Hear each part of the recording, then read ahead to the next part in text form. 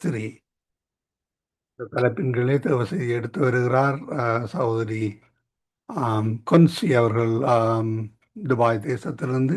கேட்போம், ஆசீர்வாதங்களை பெற்றுக்கொள்வோம். கர்த்தர் தாமே வழி நடத்துவாராக. கர்த்தருடைய கரத்திலே ஒப்புவிப்போமா? ஆமேன், ஆமேன்.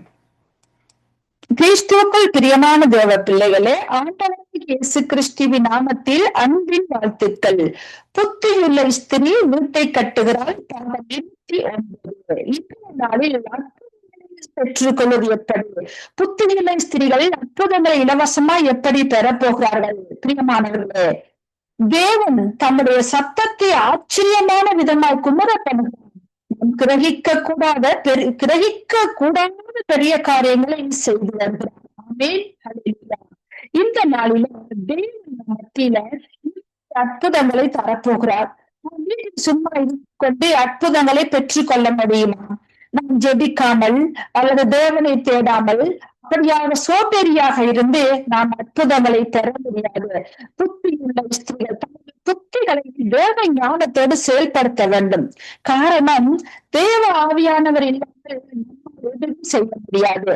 இங்கே வசனம் சொல்லுகிறது, அப்போஸ்தலர் 7:2, அவர் மகிமையின் தேவனாய் இருக்கிறார். அவர் மகிமையின் தேவனாய் படுத்தும் பொழுது அவர் நமக்கு அற்புதங்களை செய்கிறார்.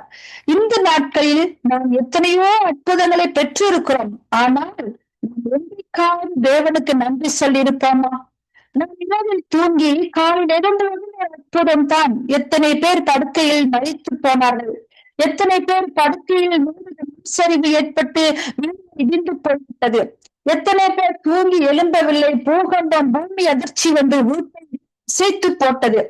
எத்தனை பேர் சுனாமி வெள்ளத்தினால இரவு தூங்கும் பொழுது, மதியம் தூங்கும் பொழுது வீடுகள் வெள்ளத்தினால் அடித்து சென்றிருக்கிறது. எத்தனை பேர் தூங்கும் பொழுது மின்சாரம் பாதிக்கப்பட்டு எரிந்து சாம்பலானார்கள். எத்தனை பேர் தூங்கும் பொழுது மாரடைப்பு ஏற்பட்டு மறித்து போனார்கள். சாட்சிதான்.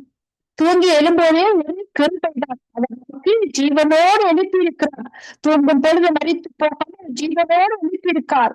அப்போ நாம் எழுப்பின கீழ்மைப்படுத்தி ஸ்தோத்தரிக்க வேண்டும். தேவனே, இந்த நாளில் நான் உயிரோடு இருக்கிறேன், ஜீவனோடு எழும்பியிருக்கிறேன், ஜீவனுள்ள தேவனை தேடுகிறேன், ஸ்தோத்திரமை மகிமைப்படுத்துவர் என்று செலுத்த வேண்டும்.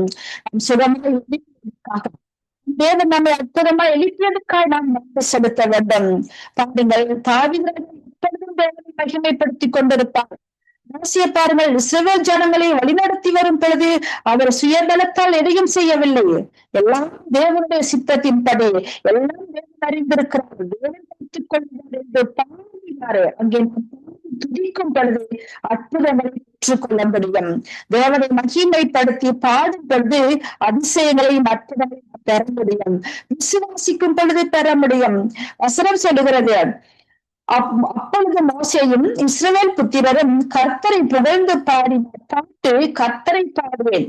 அவர் மகிமையும் வெற்றி சிறந்தார். குதிரையும் குதிரை வீரரையும் கடலிலே தள்ளினார். அவர் வெற்றி மோசேயும் இஸ்ரவேலும் புகழ்ந்து கீழ்மைப்படுத்தினார்கள்.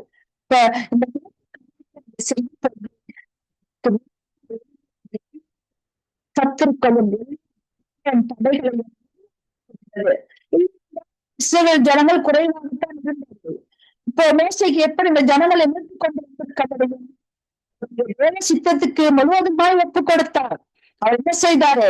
எல்லாற்றையும் ஆண்டவர் பார்த்துக் கொண்டு பண்ணவில்லை. அவர் சத்தம் போடவில்லை. அவர் ஜனங்கள் முறுமுறுக்கும் போதெல்லாம் தேவனோடு தான் பேசிக் கொண்டிருந்தார். இங்க தேவ சித்தத்துக்கு அவர் ஒப்பு கொடுத்தார். தேவ சித்தத்துக்கு ஒப்பு கொடுத்த பரியால் தான் பார்வையுடைய சேனைகள் கடலிலே மாண்டு போனது. பிரியமானவர்கள், பிசாசுடைய கிரியைகளை அழிக்க வேண்டும். அதுக்குத்தான் கர்த்தர் வெளிப்பட்டார். அவர் நமக்கு கொடுக்கப்பட்ட தேவனுடைய இயேசு நமக்கு கொடுக்கப்பட்டிருக்கிறது. அவர் மூலமாக நிறைய காரியங்களை நம்ம பெற்றுக்கொள்கிறோம். இயேசு கிறிஸ்துவின் நாமத்தினாலே என்று சொல்லி நாம் எதை கேட்டாலும் பெற்றுக்கொள்ள முடிகிறது. அதற்குதான் விசுவாசம் நமக்கு வேண்டும். விசுவாசம் இல்லாமல் பெற்றுக்கொள்ள முடியாது. பெற வேண்டுமானால் இயேசு கிறிஸ்து உதவி வேண்டும். அப்ப நாம் விசுவாசித்து பெற்றுக்கொள்ள வேண்டும். நம்முடைய வாழ்க்கையில அற்புதங்கள் தேவையாக இருந்தால் விசுவசிக்க வேண்டும், ஜெபிக்க வேண்டும். எல்லாம் ஜெபத்துல கேட்போமோ அது கிடைக்கும் என்ற நம்பிக்கை விசுவாசம் இருக்க வேண்டும். அவரை மகிமைப்படுத்த வேண்டும். இப்படி செய்தால் அற்புதங்களை பெற்றுக்கொள்ள வேண்டும். அநேகர் ஜெபித்துக் கொண்டே இருக்கிறார்கள். ஆனால் ஒரு அற்புதமும் நடக்கவில்லை. பல வருடங்கள் ஜெபித்துக் கொண்டிருக்கலாம், ஜெபித்துக் கொண்டிருக்கலாம். விசுவாசத்தோட அவருடைய சித்தத்துக்கு கீழ்ப்படியும் போது அற்புதம் நடக்கிறது. பாருங்கள், இயேசு கிறிஸ்து கானாவின் திருமணத்துல தண்ணீரை திராட்சை ரசமாய் மாற்றினார். சித்து ஜெபித்தாரா? ஜெபித்தாரா? இல்லை. அதே நேரத்துல ரசம் பற்றாக்குறை ஏற்பட்டது. எல்லோரும் இயேசுவிடத்தில் ரசம் போதவில்லை என்று சொல்லும் பொழுது அவர் என்ன செய்யறாரு? தன் சீசர்களுக்கு கட்டளை கொடுக்கிறாரு, கச்சாடிகளிலே தண்ணீரை நிரப்புங்கள். அங்கே கச்சாடிகள் எதற்கும் பிரயோஜனமற்ற கச்சாடிகள். அதாவது அந்த சீசர்கள் கால் கழுவுறதுக்கு வெளியில தண்ணி வைத்திருப்பாங்க. தண்ணி காலத்துல வீடுகளிலெல்லாம் வெளியில பக்கத்துல தண்ணி வைப்பாங்க. வெளியில போனவர்கள் காலை கழுவிதான் உள்ளே வர வேண்டும். அப்படியாக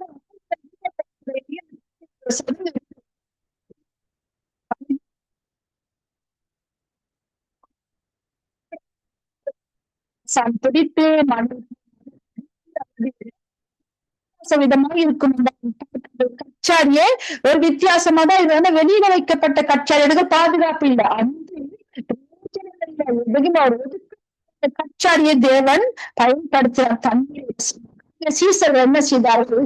அவருடைய கட்டளைக்கு கீழ்ப்படியும் பொழுது அங்கே இயேசு அற்புதம் செய்ய முடிந்தது. இல்லை, அவர் இது கச்சாடி, இது வெளியில இருக்கிற கச்சாடி, தண்ணீர் கால்கழுத கச்சாடி, அது கச்சாடி எல்லாம் தூசியாக இருக்கிறது, உள்ளே பாசான் பிடித்து வெறும் பச்சையாக இருக்கிறது, இதை பாதிக்க முடியாது சொல்லவில்லை. உடனே அவர் கீழ்ப்படிந்தார்கள்.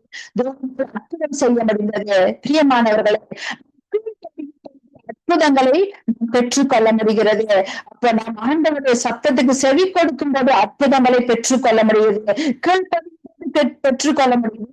அனைவருடைய வாழ்க்கையில அற்புதம் பெற முடியாத சரியாக தேவனை தேடுவதில்லை, சரியாக அவருடைய சத்தத்துக்கு தன்னை ஒப்புக் கொடுப்பதில்லை, சரியாக அவருக்கு நன்றி செலுத்துவதில்லை.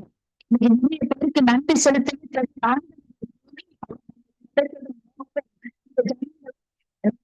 ஏற்படுத்தினேன் சொல்லுவார்கள்.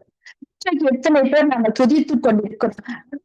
காரியங்களை கூட துதிக்கோ கோட்டை துதினால் சீலாவும் துதிக்கும் பொழுது இந்த சிறை கதவுகள் உடைக்கப்பட்டது என்று பார்க்கிறோம். சிறை கதவுகள்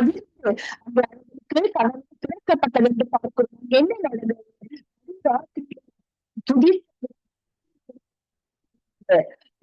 சிறையில் அடைக்கப்பட்ட பொழுது சிறை கதவு திறக்கப்பட்டது.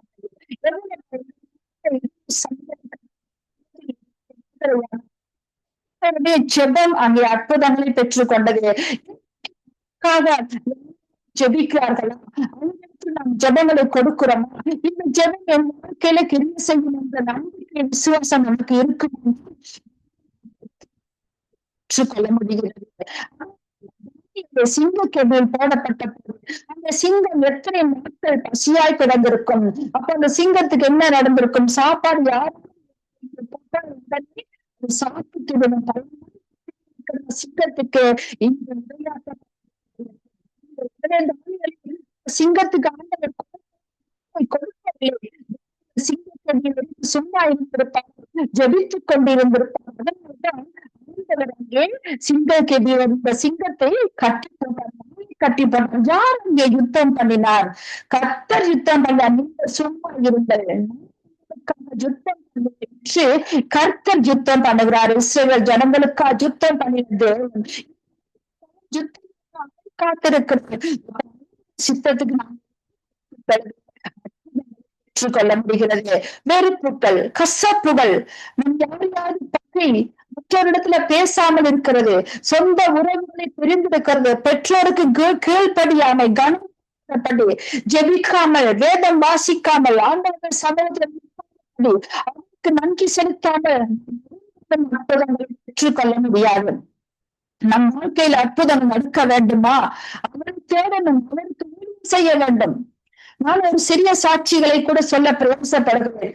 நீண்ட நாட்களாக அரபு தேசத்தில் வேலை செய்து கொண்டிருக்கிறேன். குறைந்தது 25 வருடமாக வேலை செய்து கொண்டிருக்கிறேன்.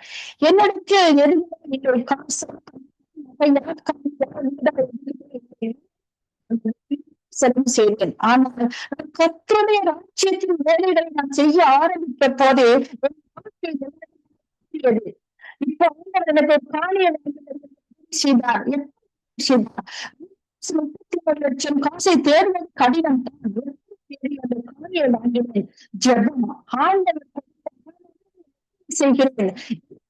யுத்தம் பண்ணுவார். என்னுடைய காரியத்தை அவர் எனக்கு தருவார் என்று நான் ஆயத்தமாக தேவ சமூகத்தில் காத்திருந்து ஜெபித்தேன். பலருடைய ஜெபங்கள் எனக்காக பலர் ஜெபித்தார்கள். தேவையில் இருக்கிறாங்க, தேவை சந்திக்கப்பட வேண்டும் என்று பலர் ஜெபித்தார்கள். அற்புதமாக இந்த காணியை பெற்றுக்கொள்ள உதவி செய்தார். என்னுடைய எஜமான் மூலமாக சகோதரிகள் பெற்றுக் கொடுக்க முடியும். இந்த கொஞ்ச காலத்துக்குள்ள அந்த எல்லா கடனையும் கட்ட உதவி செய்தார். காணியை வாங்கும் பொழுது கடன் கட்டி அந்த கடன் காணியை கத்தர் உதவி செய்தார். அங்க என்ன நடந்தது? ஜெபம். அப்ப ஜெபித்தேன், விசுவாசித்தேன், நம்பிக்கையாக இருந்தேன். எனக்காய் கர்த்தர் யுத்தம் பண்ணுவார் என்று விசுவாசித்தேன். அவர் எனக்காக எல்லாவற்றையும் செய்து முடித்தார். கிரகிக்க முடியாத அற்புதங்களை அவர் செய்வார் என்று விசுவாசித்தேன். என் காரியங்கள் அற்புதமாய் மாறியது. துரியமானவர்களே, ஸ்திரீகளே, கட்டப்பட்டிருக்கிறீர்களா? அற்புதமே நடக்கவில்லை என்று கலங்கி இருக்கின்றீர்களா?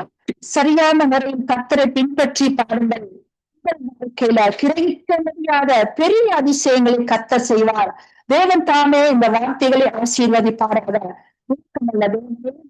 மனிதனுடைய வாழ்க்கையில் அற்புதம் நடக்கவில்லை, அதிசயம் நடக்கவில்லை, தோல்விகள் கொண்டிருக்கிறது, அழுகை கண்ணீர் பள்ளத்தாக்கில் முடங்கி கிடக்கிறார்கள் என்ற அவர்களுக்கு நல்ல வெளிச்சத்தை காட்டும் ராஜா. அவர்கள் வாழ்க்கையில் அற்புதம் நடக்கட்டும் ராஜா. அழுகையும் கண்ணீரை துடைத்து விடுவீராக. காரியங்கள் கிடைக்கவில்லை என்ற காரியத்தை ஜெயத்தை கொடுக்கிறார்கள். அற்புதங்களை செய்கிறார்கள். இயேசு கிறிஸ்துவின் நல்ல நாமத்தில் ஜெபிக்கிறேன் நல்ல பிதாவே, ஆமென்.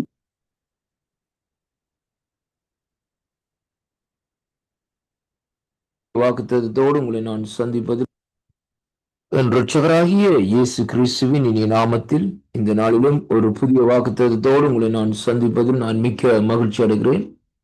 இன்றைய நாட்களிலும் 15ஆம் தேதி 9வது மாசம் 2025ஆம் ஆண்டு திங்கட்கிழமை இந்த காலை வேளையிலும் ஆண்டவர் நமக்கு கொடுக்கிற ஒரு அருமையான ஒரு வாக்குத்தத்தம் 1 பேதுருவின் புத்தகம் 5வது அதிகாரம் 7வது வசனம். கர்த்தருடைய வார்த்தை சொல்லுகிறது, அவர் உங்களை விசாரிக்கிறவரானபடியினால் உங்கள் கவலைகளை எல்லாம் அவர் மேல் வைத்து விடுங்கள் என்று கர்த்தருடைய வார்த்தை இந்த நாட்களிலே சொல்லுகிறதை பார்க்கிறோம். அன்பு உள்ளங்களே, இன்றைய நாளிலும் நம்முடைய தேவனாகிய கர்த்தருடைய ஒரு அருமையான வார்த்தை என்னவென்றால், அவர் நம்மை விசாரிக்கிற தேவன். அன்பு பிள்ளைங்களே, இந்த நாளிலும் பாருங்கள், நம்முடைய தேவன் நம்மை விசாரிக்காமல் யார் நம்மை விசாரிப்பார்கள்? அதனாலே இந்த நாட்களிலே பாருங்கள், மனுஷன் விசாரிக்கிற விதமாக இந்த நாட்களில் தேவன் விசாரிக்கிற தேவன் அல்ல. அவர் இந்த நாட்களிலே நம்மை இந்த நாட்களிலே விசாரிக்கிற விதம் வேறு விதமாக இந்த நாட்களிலே இருக்கிறதை பார்க்கிறோம். அவருடைய அரவணைப்பு இந்த நாட்களிலே ஒரு மனுஷனுடைய அரவணைப்பை போல் இந்த நாட்களிலே இல்லை. அருமையான கர்த்தருடைய பிள்ளைகளை பாருங்கள், ஒரு தாய் தன்னுடைய குழந்தை இந்த நாட்களிலே எப்படி அரவணைக்கிறாளோ அதை விட இந்த நாட்களிலே மேலாக நம்முடைய தேவன் இந்த நாட்களிலே அரவணைக்கிற தேவனா இருக்கிறார். வேதத்திலே இந்த நாட்களிலே நீங்கள் பார்ப்பீர்களா இருந்தால் அங்கே அதாவது தகப்பனை விட்டு தகப்பனத்திலே இந்த ஆசையை பிரித்து கொண்டு போன இந்த நாட்களில் அந்த வாலிபன் இந்த நாட்களில் என்ன செய்கிறான்? அவன் அங்கே எல்லா ஆசையையும் இழந்து விட்டு மறுபடியுமா இந்த நாட்களிலே யோசிக்கிறான், என்னுடைய தகப்பன் வீட்டிலே இருந்தால் நான் எவ்வளவு சுகமாயிருப்பேன் என்று சொல்லி மறுபடியுமாய் தகப்பன் அண்டையிலே வருகிற வேளையிலே அங்கே தகப்பன் எப்படியாக அவனை அரவணைக்கிறார் என்று சொல்லி பாருங்கள் கர்த்தருடைய பிள்ளைகளே. அதே விதமாகத்தான் நம்முடைய தேவன் நம்மை அரவணைக்கிற தேவன். நாங்கள் மனம் திரும்பும் போது நாங்கள் அவரிடையிலே வருகிற வேளையிலேயே அவர் நம்மை கட்டி அணைத்து நம்முடைய விரல்களுக்கு மோதிரத்தை போட்டு நமக்கு இந்த நாட்களே வஸ்திரங்களை உடுத்து இந்த நாட்களிலே மிகவும் சந்தோஷமாய் இந்த நாட்களிலே தூதர்களோடு கொண்டாடுகிற தேவனாய் இந்த நாட்களிலே இருக்கிறார். அருமையான கர்த்தருடைய பிள்ளைகளே, அதே விதமாகத்தான் இன்றைக்கு இந்த வார்த்தை சொல்லுகிறது, அவர் உங்களை விசாரிக்கிற தேவனாய் இருக்கிறபடியினால் உங்கள் கவலைகளை எல்லாம் அவர் மேல் வைத்து விடுங்கள். அப்படிப்பட்ட அந்த ஜீவனுள்ள தேவன் உங்களை இன்றைக்கு விசாரிக்கிற தேவனாய் இருக்கிறார். உங்களுடைய பிரச்சனைகள் என்னவா இருந்தாலும், உங்களுடைய பிரச்சனைகள் எவ்வளவு கடினமாக இந்த நாட்களில் இருந்தாலும் எல்லாவற்றையும் அவர் அண்டையிலே நாங்கள் வைத்து விடுகிற வேளையிலே தேவன் அதை இந்த நாட்களிலே நமக்கு நேர்த்தியாக செய்து முடிக்கிற தேவனாய் இந்த நாட்களில் இருக்கிறதை பார்க்கிறோம். அன்பு சகோதர சகோதரிகளே, இன்றைக்கு பாருங்கள், நீங்கள் வேதனைப்படுகிற வேளையிலே உங்களுடைய கணவனார் உங்களை விசாரிக்கிறாரா? மனைவி உங்களை விசாரிக்கிறார்களா? உங்களை விசாரிக்கிறார்களா? அல்லது உங்களுடைய நெருங்கிய நண்பர்களா இருந்தாலும் யாராவது விசாரிக்கிறார்களா? அப்படியான சூழ்நிலையில் நீங்க தள்ளப்பட்டிருக்கலாம். ஆனாலும் தனிமையிலே கைவிடப்பட்டிருக்கிற என் அன்பு சகோதரனே, என் அன்பு சகோதரியே, என் அன்பு வாலிப தம்பியே, என் அன்பு வாலிப தங்கச்சியே, இந்த நாளிலும் அவர் உங்களை விசாரிக்கிறவராயிருக்கிறார். அவர் அண்டையிலே இந்த நாட்களிலே நீங்கள் வாருங்கள், உங்கள் இருதயத்தை அவர் அண்டையிலே திருப்பிக் கொள்ளுங்கள். கர்த்தர் உங்களுடைய வாழ்க்கையிலே மகத்துவமான அற்புதங்களை செய்ய அவர் இந்த நாட்களிலே வல்லவராய் இருக்கிறார் என்பதைத்தான் இந்த வார்த்தை ஊடாக இன்றைக்கு நாங்கள் காணக்கூடியதாக இருக்கிறது. அதனாலே கிறிஸ்துவுக்குள் அன்பு பிள்ளைகளை இந்த நாளிலும் உங்களுடைய எப்படிப்பட்ட கவலைகளா இருந்தாலும், எப்படிப்பட்ட பாரமான காரியங்களா இருந்தாலும், எப்படிப்பட்ட சூழ்நிலையா இருந்தாலும் ஆண்டவர் அண்டையிலே நீங்கள் வந்து இந்த நாட்களிலே அவர் அண்டையிலே ஒப்பு கொடுக்கிற வேளையிலே அவர் உங்களை விசாரித்து உங்களுடைய தேவைகளை இந்த நாட்களிலே சந்திக்க தேவன் வல்லவராயிருக்கிறார். ஏனென்றால் அவர் கர்த்தர். அவர் சொல்லுகிறார், நான் மாறாதவர். அருமையான கர்த்தருடைய பிள்ளைகளே, மனுஷன் மாறுவான், மனுஷன் உங்களை விசாரிக்க மாட்டான். ஆனால் நான் ஆராதிக்கிற என் ஆண்டவராகிய இயேசு கிறிஸ்து என்னை எப்படியாக விசாரிக்கிறாரோ அதே விதமாக உங்களுக்கு இந்த நாட்களில் விசாரிக்கிற தேவனா இருக்கிறார். எப்படிப்பட்ட சூழ்நிலையிலே நீங்கள் தள்ளப்பட்டிருந்தாலும் இந்த நாட்களிலே அவர் அண்டையிலே ஓடி வாருங்கள். அவருடைய கரத்தினுடைய அரவணைப்புக்குள்ளே நீங்கள் வருகிற வேளையிலே தேவன் உங்களை விசாரித்து நடத்துகிற தேவனா இருக்கிறார். அருமை பிள்ளைகளே, இந்த நாளிலும் இந்த வாக்குத்தத்தங்கள் உங்களுடைய வாழ்க்கையிலே ஒரு திருப்பத்தையும் ஆசீர்வாதத்தையும் கொண்டு வரும் என்று நான் விசுவாசிக்கின்றேன். அவர் அண்டையிலே வாருங்கள். அவருடைய வருகை சமீபமாயிருக்கிறபடியினால் அவர் அண்டையிலே நீங்கள் வருகிற வேளையிலே கர்த்தர் உங்களை தன்னுடைய வருகையில் இந்த நாட்களிலே அவர் எடுத்துக்கொள்ளுவார். அருமையான அன்பு பிள்ளைகளே, மனுஷனை நம்புவதை விட அவர் மேலே நம்பிக்கை வைத்து அவரிடத்திலே நீங்கள் வாருங்கள். இந்த நாட்களிலே அவர் உங்களை தன்னுடைய ராஜ்யத்துக்குள்ளே சேர்த்துக் கொள்ளுவார். கர்த்தர் உங்களை ஆசீர்வதிப்பாராக.